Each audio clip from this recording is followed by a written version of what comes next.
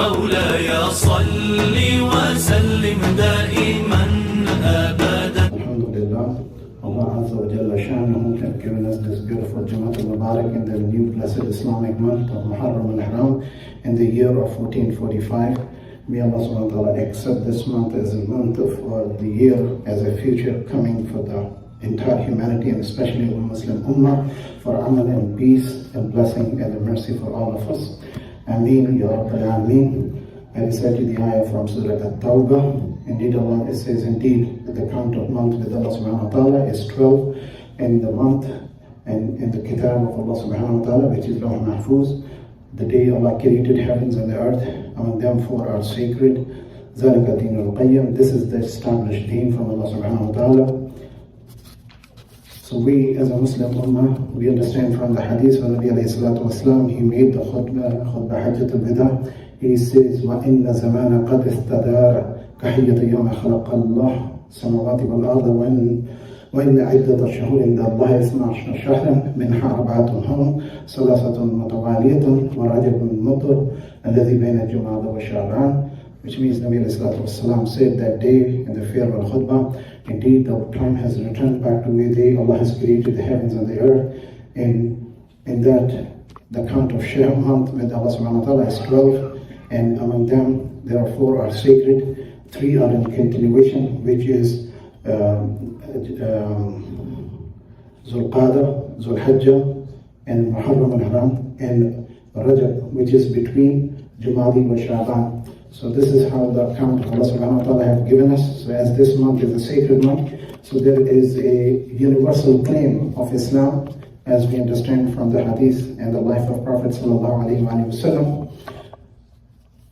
And we know that Nabi alayhi salatu wasalam immigrated to Madinah al-Munawwara, and Islamic calendar was established during the Khilafah of Umar ibn Khattab radiallahu anhu. As we know, every nation have to have a time and calculation when they are in power. As Islam expanded from Madinah al-Munawwara to the Middle East, to the Africa, to the North Africa, and to the Asia. In the time of Umar radiallahu ta'ala anhu, Islam was already into the Uzbekistan, Tajikistan, and Afghanistan, and Pakistan, and those are the countries at this time. And further expansion happened to the Turkish China, Turkmenistan, and all those countries. So there was no way of Muslim calendar, and there was a way of communication to administer government. What we see, Dars al-Nizami was established for the government system, how to run the government. And somehow when the Islamic system got lost, that Dars al-Nizami, which was supposed to be administered the government, become the administration of the individual life. And this is why there are certain things which we do not understand. What it means is there were laws established, and the laws are for running the government, not personal life. There are rules for one to observe, but they cannot be applied in very individual life, which is another topic of discussion. So Nabi sallallahu alaihi wasallam, when he migrated in the time of Umar radiallahu ta'ala anhu, the calendar was established, and Sahaba agreed. Usman ibn Affan radiallahu anhu and Ali radiallahu anhu, their suggestion was that to begin with the birth at the date of immigration of Nabi sallallahu alaihi wasallam, and Muharram was known among Arabs to be the sacred month before Islam, and this is where the starting of the month was established. There were very significant events happened between the December, which is actually not the December, means Zulhajjah, and Muharram. Significance, the Islamic significance of that is that Islam claims, as I said, the word universally. So when Nabi Sallallahu arrived in Medina, first year of his arrival, he came across the people of Jewish and Christian faith. And he saw the Jewish people observe the 10th of Muharram as a sacred day. They call it Yom Kabir, or maybe Yom Kippur, or Great Day, or maybe the Passover, which we know today in America. That was the 10th of Muharram. So Nabi Wasallam and Quraysh and Arab used to fast on this day before his immigration, and that was for the tradition of remembering Ibrahim and Ismail alayhi salam's teaching and traditions. So when he learned about it, he said, I am close to Moses, peace be upon him, than anybody else. So we will also continue to observe this 10th of Muharram.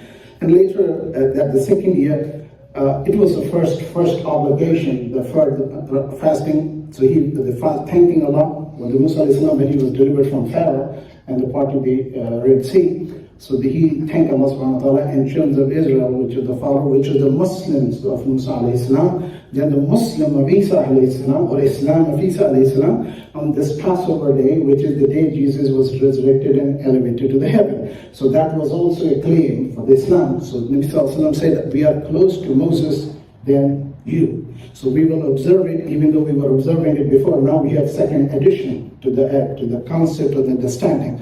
So this was the further obligated fasting till the second year of migration, where Ramadan became obligatory and these become optional. Nabi sallallahu alaihi wasallam said who fasted on the 10th of Ashura. Accordingly, the month is sacred. Some scholars say you can fast anytime if you cannot fast on the 10th. So Allah will reward us, especially because it's a special month. So this is one of the significance before Islam, and we do it because Musa alayhi salam did it. Nabi alayhi salatu wasalam could have said, I don't have to do it. Even though they were doing it, he could have done it. But Islam concites and work confirm the other faith. So those who say that Muslims are anti-Jews should know that we observe Jewish tradition by fasting on the month of Ashura, or the Muharram, on the day of Ashura, or in the any time in the month of Muharram. The other important thing to be understood is that Nabi Wasallam said they fasted on 10. He wanted us to be not just better or to be gooder or improve. He wanted us to be distinguished Muslim. So even though fasting in the month of Muharram become optional, he wanted us to fast on 9th and 10th, or 9th, 10th and 11th, or 10th and 11th. So we would be distinguished for what? Fasting is for Allah subhanahu wa ta'ala. So we will be more distinguished on the day of judgment with Allah subhanahu wa ta'ala for the reward of wiping out the sin of the last year. So we should fast on this day, and those who cannot fast, there is no sin. Nabi Wasallam learned about some people that they were not fasting. So he announced, those who have not fasted, they should observe as a fasting means don't eat throughout the day till the fast is broken. So that means you will have a blessing for not eating, drinking, even though you are not fasting. Just observe it. This is the ease of Islam for the people and the Muslims to be involved with the other nations.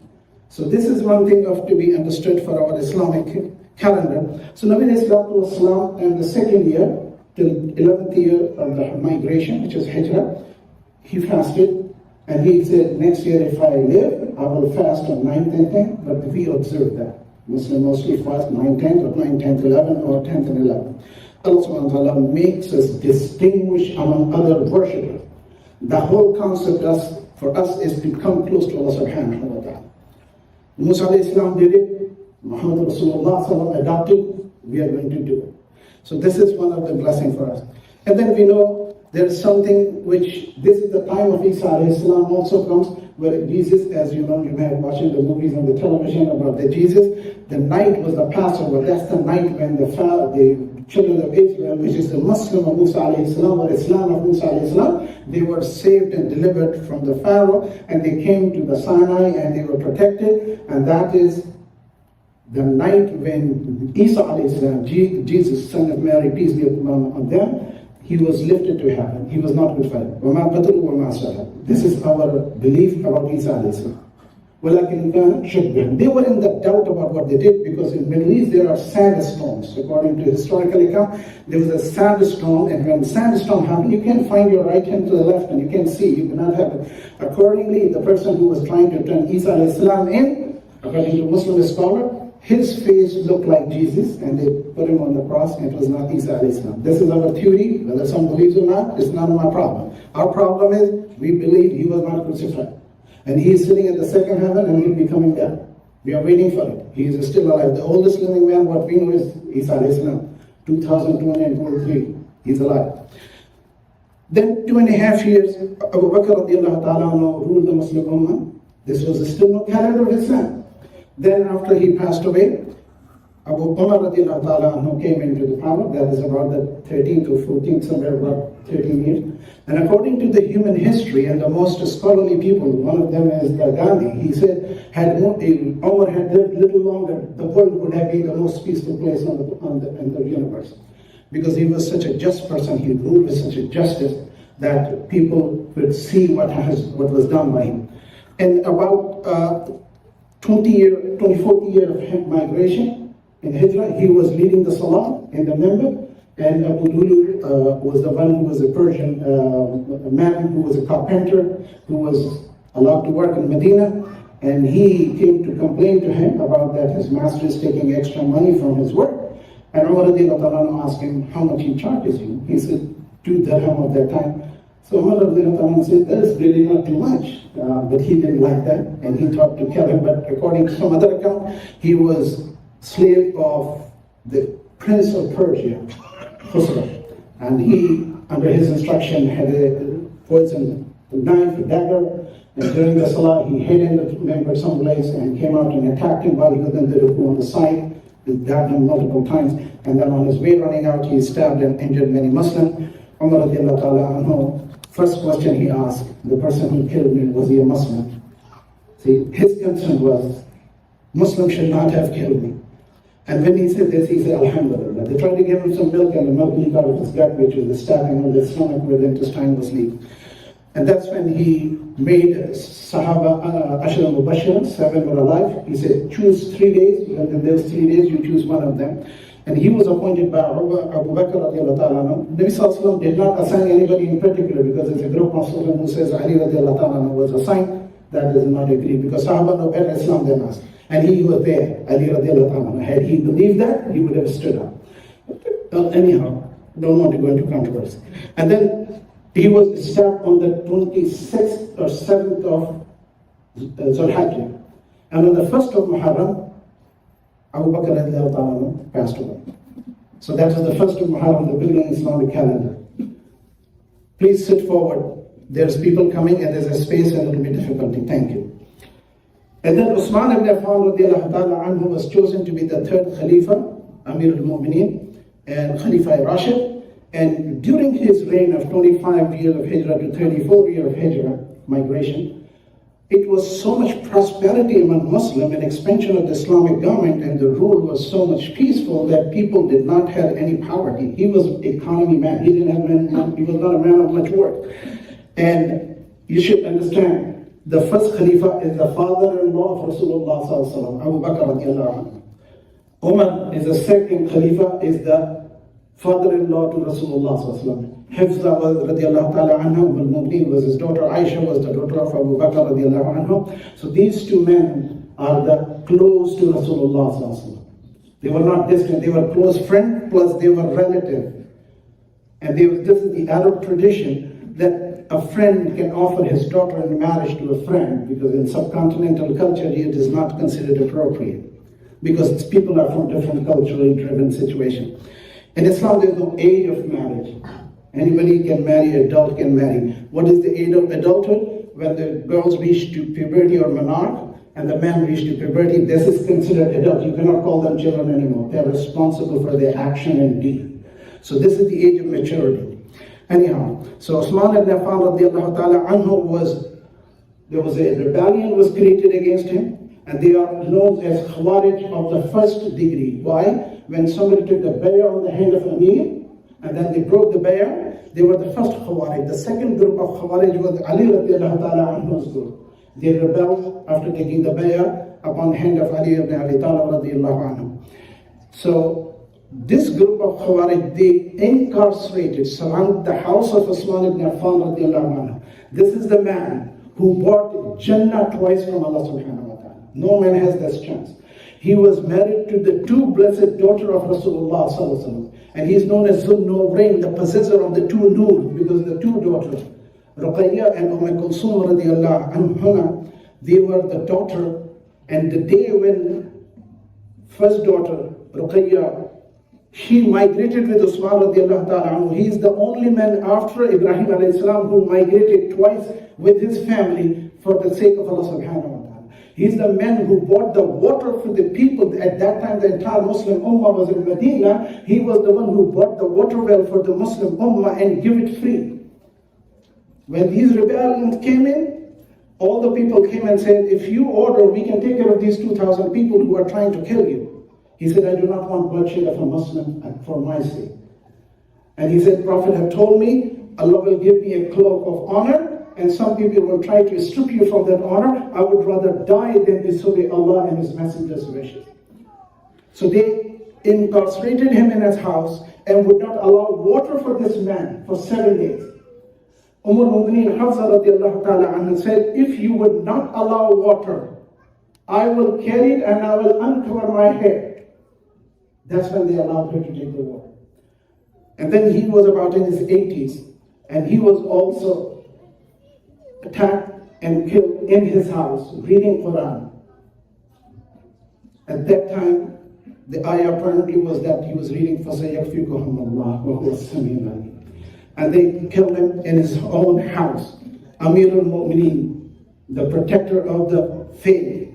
And he brought prosperity to Islam in all those areas which were rebelling after Umar radiallahu anhu passed away. He brought them back into the fold of Islam, and he established. So there are a lot of things to talk about. Time is limited. We should read about the life of those people. They are the model of humanity. And Prophet ﷺ is. And he was the first son-in-law of Rasulullah ﷺ. He had two blessed daughters of Rasulullah in his house. And when the first day when Ruqayya radiallahu ta'ala, the bint of Muhammad Rasulullah, when she passed away, Prophet was in the Badr. And Nabi ﷺ said, Usman, you stay with Ruqayya. He was given the share and included among Ashab al-Badr. And Ashab al-Badr were the people which Rasulullah said, Allah has promised them Jannah. They can get anything and do anything, they will not be counted. This is the man who brought this rich and prosperity among Muslim Ummah and established the rule. There are something about other issues, I don't want to go into that. And they killed him. It was also the 27th of Zulhijjah, or in the month of Zulhijjah. And then after that, Ali ibn Abi Talib radiallahu anhu, in the 35th year of Hijrah migration, became the Amir al-Mu'mineen, and his condition was, I will not take the bay'ah till the Ashab al-Badr and take the bay'ah. They will come. The people of Badr came in and they said, yes, we do give you allegiance and vote of confidence that you should be our next Amir. And he ruled for about 4.5 years. And about 39.5 years of Hijrah, he was also killed in the Salah. Ibn Muljam, he was so confident and of the part of Ali radiallahu ta'ala was following that he used to say, Ali is Haqq and Haqq is with Ali. And he was a Hafiz of Quran, and he was a Alim Deen, and he was a teacher of the Quran, and he fought on all the battles with Ali radiallahu anhu against Muawiyah radiallahu anhu. And he turned against him. And that's, he assassinated him. And very unfortunate tragedy is that he thought Ali radiallahu anhu was the reason of the fitna of the Ummah. And the logic was very stupid, but there's no time to go into it. So then, Nabi alayhi salatu wasalam said, إِنَّمَا يُرِيدُ اللَّهُ لِيُذْهِبَ عَنْكُمُ الرِّجْسَ أَهْلَ الْبَيْتِ وَيُطَهِّرَكُمْ تَطْهِيرًا, Surah Al-Ahzab, which was revealed to Nabi alayhi salatu wasalam. And this is, he was in the house of Salma, one of the wife of Rasulullah, who was the last who lived. In 61st year of Hijrah, she passed away. And he was in her house, and when this ayah was revealed, Nabi Sallallahu Alaihi Wasallam called for Fatima, Ali, Hassan and Hussein, and took them in his black shroud, and he said, so she said, yeah, Rasulullah, I want to be among them. He said, you are already in, the wife is already people of Ahlul Bayt. So he said, you are already khayr. You are into the house of Ahlul Bayt. So people try to make distinction. Then Rasul said, you don't need to be, because these were not supposed to be my biological spouse or related children, but they are. Then there are many things, time is limited. I have to just finish this thing. In the 60th year of migration, actually 35th year of Hijrah migration, Hassan radiallahu ta'ala, the first son of Ali radiallahu ta'ala, was chosen to be the next Khalifa, Amir al-Mu'mineen, and he saw the Muslims together fighting, so he said, for the sake of the peace, Nabi sallallahu alaihi wasallam, this Sayyid, this my son Sayyid Hassan, will bring peace to the Muslim group, and he will bring a rebellious, he used the word baghi, felt al-baghiyah. So he said that he will bring them together. So he went to Muawiyah radiallahu anhu, lot of details, and he said, I will give the Khilafah. After you, I will be the next Khalifa. This contract was signed, agreement was made. There are a lot of details about it. But then he migrated to Medina, and accordingly, he was poisoned and he died. And then Muawiyah radiallahu anhu ruled from 40th year till 60th, 20 years. There was peace in Muslim country in that because there was no conflict left. And at that time, some of his advisors, according to the historical account, advised him to reduce the conflict issues coming back again. You should nominate your son Yazid to be the next Amir al-Mu'mineen. And that was the dispute. And there's a lot of detail about it. That's when Yazid, when he became the Amir, Imam Hussein, son of Ibn Ali, Abdullah ibn Zubair, Abdullah ibn Umar, and Abdurrahman ibn Abu Bakr, and Abdullah ibn Abbas. The five men were very senior and prominent. Abdullah ibn Umar was eldest among them. They said, we will not take bay'ah on Yazid here. Father had advised Yazid, if these five people will give you trouble, don't mess up with them, just leave them alone. The history says a lot of things, but anyhow, when Yazid became the ruler, he wanted everybody to be controlled. And the people of Kufa sent 12,000 letters to Imam Hussein, the son of Ali, the second son who was living in Medina, that come, Bazudbiya, the Persian would have come quickly and guide us and protect us, and otherwise we will hold you accountable in front of Allah that you did not come to teach us and protect us and guide us, and we are ready for you to not to support Yazid. So when he was way from Medina to Hajj, 2 days before Hajj, he left it and he went in the 61st year to Kufa. On his way, they intercepted, and there's a lot of detail. On the 10th of Muharram, 18 to 20 youth of the family of Ali ibn Abi Talib, which is the children of Rasulullah, grandchildren, they were assassinated, and that was the very tragic event in the history of Islam, and still it is the most significant. There's the speech he gave, Imam Hussein gave a speech. It's very moving words when you hear them. Time is limited, we have to stop here. Just go read about the speech of Imam Hussein alayhi salam at that place, what happened. So his one son, Zain al-Abidin, survived. Some people say Hassan Musanna, which was another Hassan, son of Imam Hassan, the elder son of Ali radiallahu anhu. He was there also, but some accounts says he was not. He stayed in Medina with Abdullah bin Jafar Tayyar, who was the husband of Zainab, the sister of Imam Hussein. And there was another very significant person, Abdullah ibn Abbas, who was the governor of time of Ali radiallahu anhu. These three people didn't join Imam Hussein because he was not going for a fight, but they intercepted him and stopped him and killed all the children and the adults, and only women survived. Along with that, Zain al-Abidin was wounded and sick, so he survived. And some people say Hassan Musanna was there also, son of Imam Hassan. And according to some historical account, he was in Medina. Apparently, they say Hassan Musanna was wounded, and his uncle took him out and healed him, cured him, and then he joined Imam Abu Hanifa, supported against Umayyad, and then they ruled for 99 years. Then Banu Abbas came in and they ruled for 600 years. Then Usmani, the Turks took over the Khilafah and they ruled for about 600-700 years. Usmani Khilafah was the most undisputed Khilafah. And then they broke down with the British and the European, all that happened. You know, the history is there.